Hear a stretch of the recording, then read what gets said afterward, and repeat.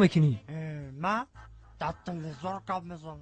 خیلی بیشی همونجا کو سر میکنی بیشی. همینجا بشینم. اخبار گفت. پول تو اینمونم.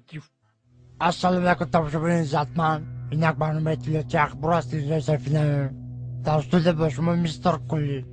هفته سپشل در شهر دوشنبه در چشمشون کرده در نزدیکی NVT دو دوست را دستگیر کردند.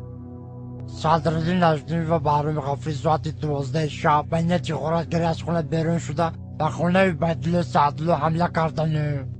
عبیدالله سعدالله در حالت مست خواب بوده. از کاسه عبیدالله سعدالله 180 درم، از درون شیفانیر عبیدالله سعدالله چیزهای قیمت بها، دو فیلم میکه، دو پرکلو، دو پچکه چای، دو پرنسکی و دو ترکانی خانه را زیر کرده گریختند.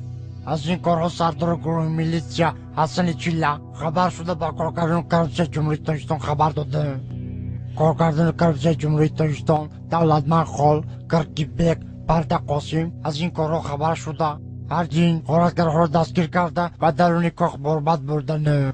صدراعظم نجمی و بهرام غفوری به درون کاخ برباد برده. صدراعظم نجمیدین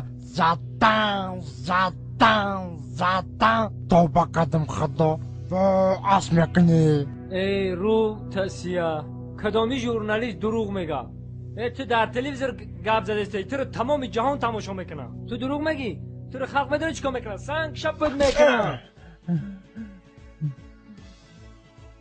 نخود ژورنالیست دروغ بگه. چه داره بزنی؟ تو فالبینی دروغ گفته استی.